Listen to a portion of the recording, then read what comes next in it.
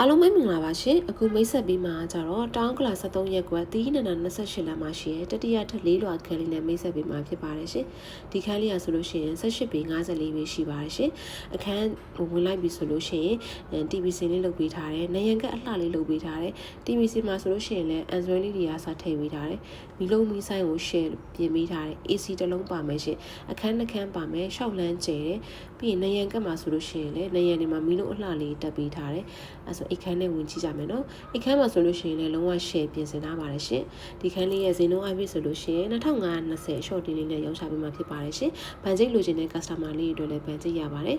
ပကြီးကားလှလှလေးလည်းတက်ပေးထားတယ်ဒါလေးကကျတော့နောက်တစ်ခန်းပေါ့နော်အခန်းကတော့တော်တော်လေးကိုကျဲပါတယ်ရှင်ဒီခန်းလေးကဆိုလို့ရှိရင်ညီမတို့မင်္ဂလာလန်းလို့မြေတာလန်းလို့လည်းနီးပါတယ်ရှင်ကားကိတ်လည်းနီးတယ်kitchen ခန်းနဲ့ဝင်ကြည့်ကြမယ်နော် kitchen ခန်းမှာဆိုလို့ရှိရင်လည်းညီမတို့မှန် slide တော့ထည့်ပေးထားတယ်kitchen ကောင်တာ kitchen cabinet လေးလည်းပါမယ်ရှင်ပြီးလို့ရှိရင်ကြွေပြအပြည့်ခင်းထားတယ်